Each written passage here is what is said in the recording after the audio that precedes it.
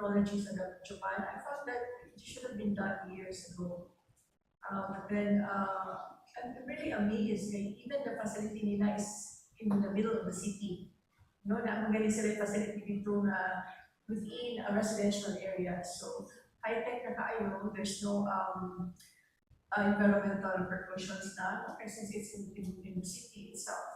So, ako ang thinking dire ang uba na kung we talk of WTE, na it's detrimental to the environment, but because of the modern technology in Japan, no, it's not like that anymore. So, we're really hoping my administration that we could start something like this, not because we want to help the city, but of course, my primary concern is the province as well.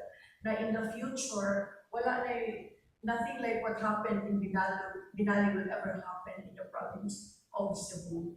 So, we're really looking into the waste to energy